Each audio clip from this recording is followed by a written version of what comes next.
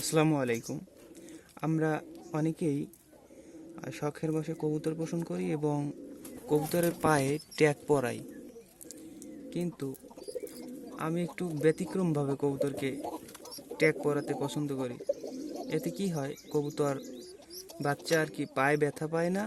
ও আমার মনে হয় এটাই আমার জন্য ভালো বুদ্ধি।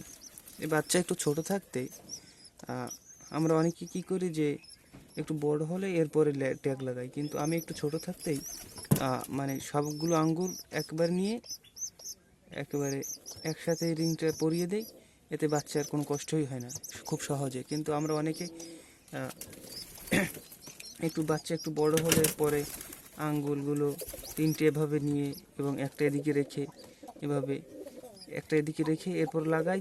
অনেক সময় বাচ্চা পায়ে ব্যথা পায়, লাগাতে খুব কষ্ট হয়। কিন্তু একটু ছোট থাকতে আমরা যদি আঙ্গুলটা এভাবে ধরে এভাবে লাগিয়ে দিই আমি, এতে আমার জন্য খুবই সুবিধা হয় এবং কবুতরের বাচ্চাগুলো পায়ে ব্যথা পায় না।